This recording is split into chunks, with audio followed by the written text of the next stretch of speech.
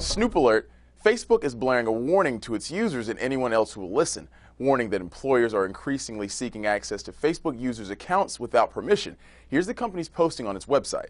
As a user, you shouldn't be forced to share your private information and communications just to get a job. Facebook's reaction comes after an Associated Press investigation which revealed the practice. The Verge agrees employers are treading dangerous waters. Besides the fact that asking for someone's Facebook password is as ridiculous as asking someone to let you rifle through their email inbox, anyone with your password has instant access to all of your friends' pictures, phone numbers, email addresses, and private messages, which turns the practice into an even bigger invasion of privacy. MSNBC also reported on how government and universities are jumping on the bandwagon. A recent revision in the handbook at the University of North Carolina is typical.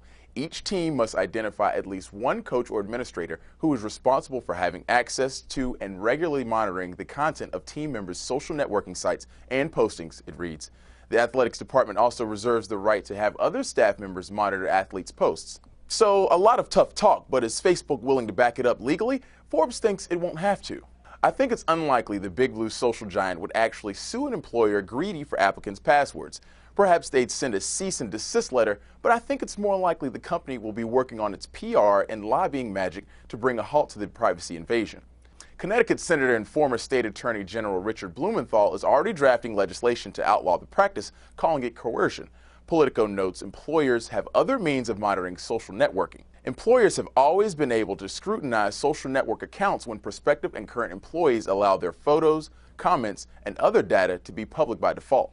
Facebook goes on to say it doesn't think employers have the proper training, let alone access clearance to deal with all the information it can gather.